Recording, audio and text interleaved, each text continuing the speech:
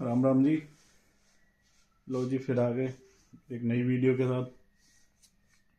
फलौदी सट्टा बाजार से एक नई खबर आ रही है इलेक्शन दिल्ली को लेके। अभी तक क्या था कि आज से करीब 15 दिन पहले उन्होंने बीजेपी को पूर्ण बहुमत दिया था। 37 से 38 सीटें, 39 सीटें वो दे रहे थे। लेकिन अभी कुछ दिन पहले, 10 दिन पहले, उन्होंने अपने इसको एग्जिट पोल को चेंज किया था, अनुमान को चेंज किया था। उसमें वो फिर से आम आदमी पार्टी को पूर्ण बहुमत वाली सरकार बनाने बता रहे थे कि बन रही है इनकी सरकार। लेकिन अभी क्या हुआ है, एग्जिट पोल के बाद में उन्होंने बहुत बड़ी वो की है, और मोस्टली देखा गया है कि फलौदी सट्टा बाजार का जो प्रोडिक्शन है वो पूरी तरह से तो नहीं, लेकिन 90% सही होता है। अभी उन्होंने फिर से भविष्यवाणी कर दी है भैया कि दिल्ली में बीजेपी की सरकार बन रही है। ये मैं नहीं कह रहा हूँ, ये फलौदी सट्टा बाजार कह रहा है, जो जहाँ पे करोड़ों का सट्टा लगता है, दिल्ली का सबसे बड़ा सट्टा बाजार है। और वो कह रहा है और कि दिल्ली में बीजेपी की पूर्ण बहुमत की सरकार बन रही है। और एक और भविष्यवाणी की है, केजरीवाल जी खुद अपनी सीट हार रहे हैं। भाई, लड्डू बंटवा दूंगा केजरीवाल हार जाए तो। मैं अपने यहाँ लड्डू बंटवा दूंगा, मैं दिल्ली में नहीं रहता हूँ, लेकिन भाई मैं अपने यहाँ लड्डू बंटवा दूंगा भाई, केजरीवाल अगर अपनी सीट हार गया तो। समझे? मुझे किसी व्यक्तिगत किसी आदमी से प्रॉब्लम नहीं है, मुझे उसकी नीतियों से, उसकी चोर उचक्केपन से, उसकी झूठ से, उसकी बेईमानी से प्रॉब्लम है। क्या तू कह के आया था और तू क्या बन गया? समझे? तू आया किस चीज़ पे था भाई? अन्ना हजारे की पीठ पे लद के, वो तो ना विक्रम बेताल की तरह तू आया था। समझे? अन्ना हजारे की पीठ पे लद के तू बेताल की तरह लदक के आ गया दिल्ली का। मैं तो एक एक साल के अंदर, आप समझिए, एक साल के अंदर सीएम बन गया बंदा। कितना फास्ट इसने झूठ को फैलाया, इतनी सफाई से झूठ बोला, इतना अच्छे से इसने झूठ बोला कि लोग इसको समझ नहीं पाए। समझे? पहले 5 साल लोगों ने देखा, कुछ नहीं हुआ, लेकिन लोगों को लगा कि भाई बहुत पुराना वो था, टाइम दो, और टाइम दो। और 10 साल, 5 साल का इसने टाइम मांग लिया धूर्त ने। ये तो धूर्त है, बहुत बड़ा धूर्त है। इससे बड़ा धूर्त इस धरती पे कोई नहीं है एक्चुअल में। मुझे तो साला ऐसा लगता है कि जब राक्षस मरे थे ना, जब राम ने रावण को मारा था, तो सारे राक्षस उनके कुनबे खानदान के मर गए थे, बाकी बाकी कुछ साले छुपे रह गए थे। वो उनके वंशज कहीं ना कहीं ऐसे लोगों के रूप में जन्म लेते हैं, ले रहे हैं, और वो ये अब ये यहाँ पे वही कर रहे हैं। ऐसा धूर्त आदमी इस धरती पे दूसरा कोई है नहीं। क्या कह के तू आया था, विक्रम बेताल की तरह तू आ गया, अन्ना जी की पीठ पे लद के आ गया। अन्ना जी अपने गांव नहीं पहुंचे बेचारे, उससे पहले तूने पार्टी बना ली। पार्टी नहीं बनाऊंगा जी, ये तो सब एक जैसे हो जाते हैं कुर्सी पे बैठ के, तू भी तो वही हो गया। बिजली के खंभे पे चढ़ गया था, आपको पता है? बिजली के खंभे पे चढ़ गया था। ये राहुल गांधी जी ने भी उसको कोट किया था, बिजली खंभे वाली बात। मतलब इस तरह का धूर्त आदमी, आप बताइए। हाँ? मैं सिक्योरिटी नहीं लूंगा जी। अब 2-2 राज्यों की सिक्योरिटी ले रखी है, देखना 50 से 100 गाड़ियां चलती हैं उसके काफिले में। पंजाब की सिक्योरिटी अलग है, समझे? सिक्योरिटी हट गई पंजाब की तो बोल रहा है मेरी सिक्योरिटी हटा दी। अबे क्यों बदनाम करते हो बेवकूफ़ आदमी? हाँ? जानता सब है। जो जेड प्लस सिक्योरिटी होती है, उसमें अगर आपने पहले 3 साल अदर राज्य की सिक्योरिटी होती है, तो इसने पंजाब की सिक्योरिटी ली। 3 साल के बाद में अदर राज्य की जो सिक्योरिटी होती है वो हटा दी जाती है। समझे? ये एक नियम है, ये रूल है। कह रहा है कि मेरी जानबूझ की सिक्योरिटी दे। भाई तू तो कह रहा था सिक्योरिटी नहीं लेनी तेरे को, अब तू 2-2 राज्यों की सिक्योरिटी लेगा। अब तुझे एक राज्य की जेड प्लस से काम नहीं चल रहा है तुझे? शर्म आनी चाहिए इसको। लेकिन चलिए, देर आ रहे हैं दुरुस्त आ रहे हैं। अगर ऐसा है तो भाई मैं तो सच बता रहा हूँ, मैं लड्डू बंटवा दूंगा भाई। मेरे तो मतलब रोम रोम खुश हो जाएगा।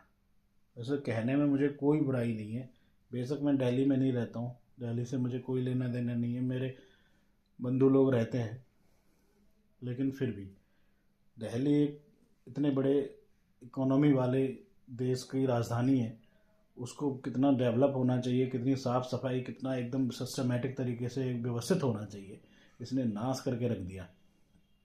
समझे? तो देखिए क्या कह रहा है, और केजरीवाल खुद अपनी सीट हार रहा है। दो दो लड्डू दूंगा, समझे? आ जाना 8 तारीख को, आ जाना भैया 2 बजे के बाद। दो दो लड्डू मिलेंगे, मैं दूंगा। समझे? ऐसा धूर्त आदमी, जिसका मतलब जिसने जनता को ठगा। जैसे एक वो, अब एक मीम जो घूम रहा है ना, वो देखते होंगे कि रावण जो है सीता को हरने से पहले ऐसे करके अपना भेष धारण करता है, उसको संत बन जाता है। उससे भी भयानक है ये, उससे भी भयानक है ये।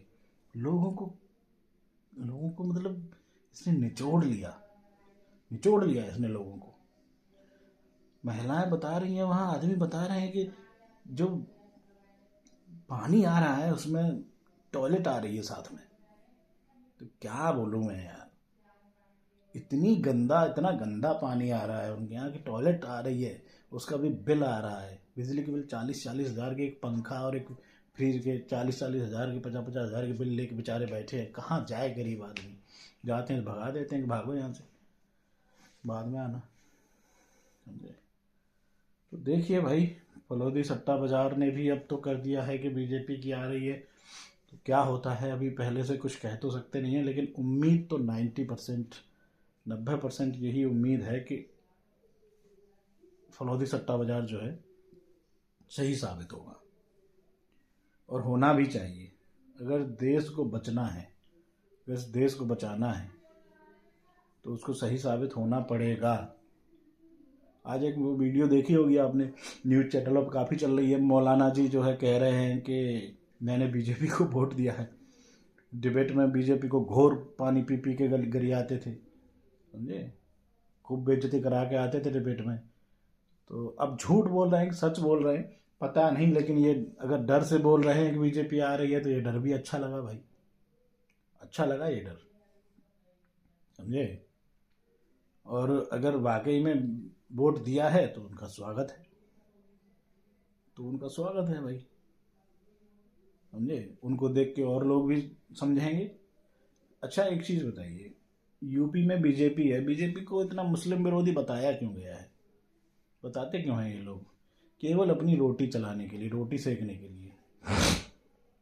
कांग्रेस से, आम आदमी पार्टी से, सपा से, इनसे अपना भत्ता लेते रहते हैं, दिहाड़ी अपनी लेते रहते हैं, बस बोलते रहते हैं।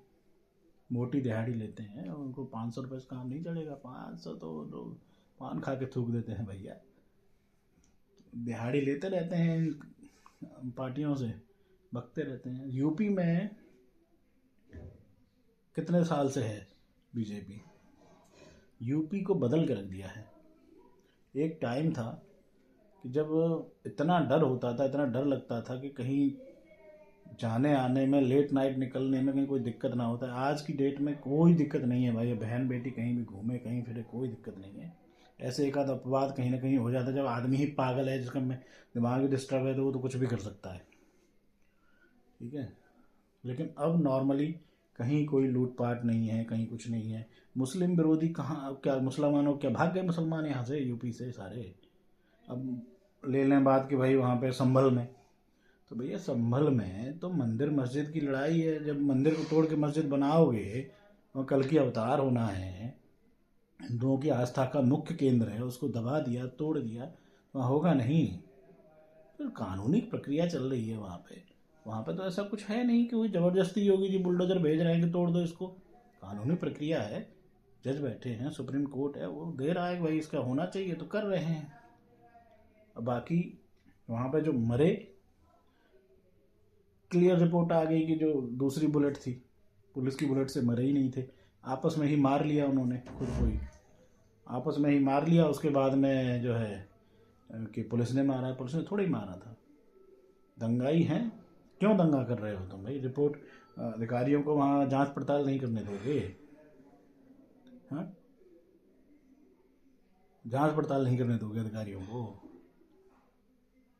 ये जब उधम करोगे, पुलिस को मारोगे, पुलिस के मरने के लिए है, पुलिस मर जाए, पुलिस मर जाए, ये चाहते हो कि पुलिस तो मर जाए, और तुम जो है जो करना है, दंगा करना है, फसाद करना है, ईंट पत्थर वहाँ पे छतों पे किसने धरे? आपको पता है कितनी ट्रॉली ईंटें निकली थी उस दंगे के बाद में संभल की? कहाँ से आई? प्री प्लान्ड था सब। ठीक है, कितने करोड़ का बिजली का बिल वहाँ पे भुगतान हो रहा है, वसूली हो रही है। एक एक मस्जिद से 900 कनेक्शन दे रखे थे अंडरग्राउंड, मस्जिदों से 900 500 कनेक्शन दे रखे थे, फ्री जला रहे थे सब मस्जिद के नाम पे बिजली। मस्जिद को बिजली आ रही थी, वहाँ से कनेक्शन थे। कितना राजस्व का नुकसान हो रहा था। जब ये प्रशासन है, प्रशासन वहाँ पे तो सख्ती करेगा ना, फिर फ्री में करने दे, तुमको लुटा दे, बर्बाद कर दे। इनका तो यही है। आज यही पाकिस्तान में देख लो, यही हो रहा है ना। वहाँ पे हिंदू नहीं है, ना के ही समान है, यही हो रहा है वहाँ पे, बर्बाद करके रख दिया, समझे? खत्म हो गया पाकिस्तान। फिर भी पता नहीं किस चीज़ पे फूला फिरता है, खैर उसके तो बात ही अलग है। लेकिन मुझे इस बात की खुशी है कि दिल्ली में कुछ बड़ा होने जा रहा है, और उम्मीद है कि बीजेपी आ जाए। भाई बीजेपी आ जाती है तो बंधु इनवाइट हो, आ जाओ भैया, 2-2 लड्डू खिलाऊंगा, एक नहीं 2। मुझे इस बात की बहुत खुशी है। चाहे चलो ठीक है, हिंदुओं ने कम वोट किया है, वोट परसेंटेज भी कम है, और मुस्लिमों ने ज़्यादा वोट किया है, लेकिन फिर भी चलो अनुमान यह है कि बीजेपी आ रही है, तो भैया स्वागत है। और अब इतने दिनों के वनवास के बाद तो आना बनता भी है। तो दिल्ली वालों को बहुत बहुत मुबारकबाद पहले से ही, अगर आ रही है तो, और नहीं हो तो भैया वापस दे देना भाई, मुबारकबाद। और क्या करें भाई, क्या कर सकते हैं बताओ? ठीक है, तो देखिए क्या होता है। अभी तो यही उम्मीद है कि आ रही है बीजेपी। बाकी ये सब कुछ नहीं है, ये सब फालतू की बकवासें हैं कि ये फर्जी रोना रो रहे हैं। या यूपी में देखिए, यूपी में अखिलेश जी रोना रो रहे हैं, अजीब, सिर्फ शर्म भी नहीं आती है। अभी 6 महीने पहले इनके लिए, जब इनके जीत रहे थे, अच्छी सीटें आई थी, तो इनके लिए इलेक्शन कमीशन बहुत अच्छा था। अभी इलेक्शन कमीशन को कह रहे हैं इनको कफन पहना दो। मतलब शर्म नहीं आती है, लिहाज नहीं आता है। तो तू अपने घर वालों को कफन पहनाना भाई, तू अपने घर वालों को कफन पहना, इलेक्शन कमीशन को क्यों कफन पहना रहा है भाई? तेरे हिसाब से काम करे। नौटंकी नहीं लग रही थी? आप देख रहे थे जब इलेक्शन हो रहा था तो मिल्कीपुर में वो जो अवधेश प्रसाद जी हैं, वो फोन पर, हाँ अच्छा बूथ कैप्चरिंग कर रहे हैं, तुम डटे रहना, सीने पे गोली खा लेना, हटना नहीं पीछे, सीने पे गोली खा लेना। कैमरा आगे लगा हुआ है, मतलब जब कैमरा लगा है तभी फोन आ रहा है। नौटंकी इतनी कर रहे हैं। रेप हुआ उस पर देखो, जाके फूट फूट कर रहा, हाय हाय मैं तो इस्तीफा दे दूंगा, ये कर दूंगा, समझे? अखिलेश जी उसको अयोध्या का राजा बता रहे हैं। भाई अयोध्या के राजा राम है, उससे तुलना कर रहे हैं उसके अवधेश प्रसाद जो नौटंकी रो रहा है, ढोंगी साला। शर्म भी नहीं आती है कि अयोध्या के राजा हैं, समझे? कहाँ इनका दिमाग रहता है? घुटनों में बुद्धि है, पता नहीं कहाँ है इनका दिमाग। इन लोगों का दिमाग रहता है। ये लोग बेवकूफ़ जनता को एक्चुअल में समझते थे, और अब भी समझते हैं। यकीन मानिए, इनके दिमाग में जनता अब भी बेवकूफ़ है कि इनकी बातों पर आके वोट दे देगी, जो ये कहेंगे वो मान ली। अबे आजकल सोशल मीडिया का ज़माना है गधो, सारी नौटंकी तुम्हारी दुनिया समझ रही है। सब जानते हैं कौन अच्छा है कौन बुरा है, समझे? लेकिन इस दुनिया में मतलबियों की कमी नहीं है। मतलबी बहुत लोग होते हैं, जिनको जब जहाँ पल्ला भारी लगता है वहाँ जाके बैठ जाते हैं। ऐसे भी लोग हैं, बहुत लोग होते हैं, जहाँ पल्ला भारी बस उसी गोद में जाके बैठ जाएंगे। ऐसे लोगों से सावधान रहो, ठीक है? तो भैया यही है कि फलौदी सट्टा बाजार ने भी बोल दिया है कि बीजेपी आ रही है, तो मैं तो एक्साइटेड हूँ भाई उस दिन के रिजल्ट देखने के लिए सुबह से ही बैठ जाऊंगा भैया। मैं तो मतलब ये समझ लो कि मेरा तो बहुत ही इम्पोर्टेंट दिन है जिस दिन रिजल्ट आ रहे हैं। मैं तो पूरा पूरा 2 बजे तक फाइनल हो लेता लगभग लगभग, देखूंगा।